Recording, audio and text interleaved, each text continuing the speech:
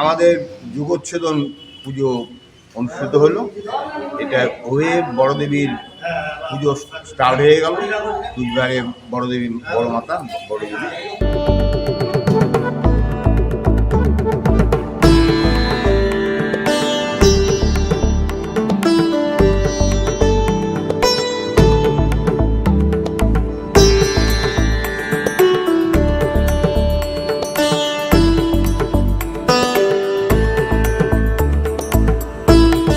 কোচবিহার গুঞ্জুবাড়ি এলাকায় অবস্থিত ডাঙ্গর আই মন্দিরে বৃহস্পতিবার সূচনা হলো বড় দেবীর পুজোর।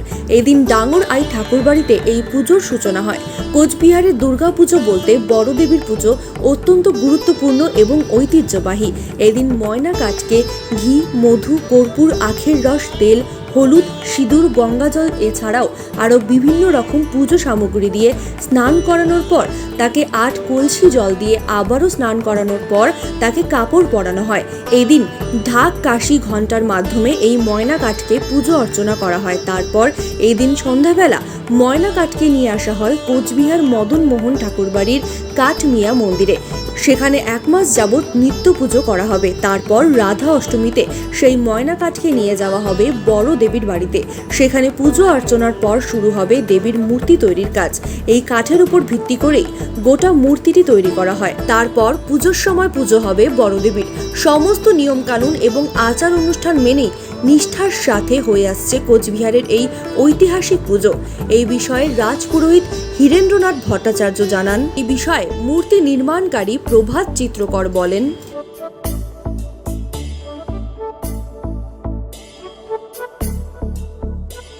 আমাদের যুগোচ্ছেদন পুজো অনুষ্ঠিত হলো। এটা হয়ে বড় দেবীর পুজো স্টার্ট হয়ে গেল। কুচবিহারে বড় দেবী, বড় মাতা, বড় দেবী।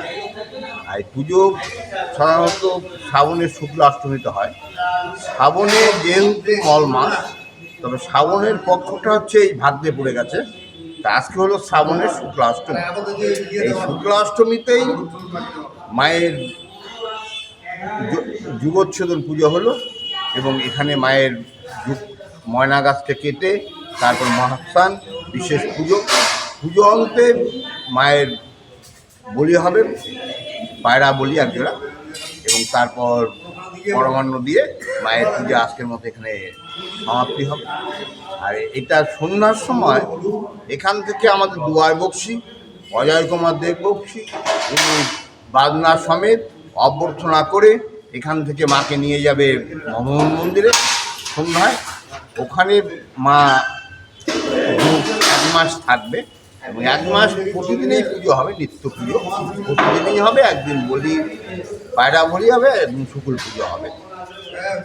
এর মাঝখানে সামনে আসতেছে কৃষ্ণা অষ্টমী। কৃষ্ণা অষ্টমীতে দেইবাড়িতে গৃহপুজো হবে। দেইবাড়ি মন্দিরে গৃহপুজো হবে, সেটা 7 তারিখ, 7ই সেপ্টেম্বর।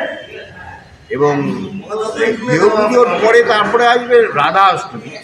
এই রাধা অষ্টমীতে যুগকে মমবেগ থেকে শেষ যাত্রী নিয়ে যাওয়া হবে দেইবাড়িতে এবং ওখানে মায়ের সকালে বিশেষ স্নান, মহাস্নান এবং বিশেষ পুজো অন্তে মাকে আমাদের টলি তৈরি হয়ে যাবে, টলিতে স্থাপন করা হবে এবং মায়ের বিশেষ পুজো করতে থাকবে। 3 দিন হাওয়া খাওয়ানোর পর তারপরে আমাদের যে চিত্রকর আছে, চিত্রকর কাজ শুরু হয়ে গেল খড়মাটি। আপনি বিশেষ করতে কি এই যে যেরকম আজকে ময়না কাঠের পুজো হলো শুক্লপক্ষ অষ্টমী, এই যে এই যে পুজোটা হলো, এই পুজোর থেকে আজকে সন্ধ্যা রাত্রি চলে যাবে ওখানে মদন বাড়িতে। মানে 30 দিন রাধা পুজো হবে। রাধা অষ্টমীতে বড়দেবী মায়ের যে ময়না কাঠ সেটা ওখানে স্থাপন হবে। তারপরে এই যে মূর্তির কাজ আমার শুরু হবে।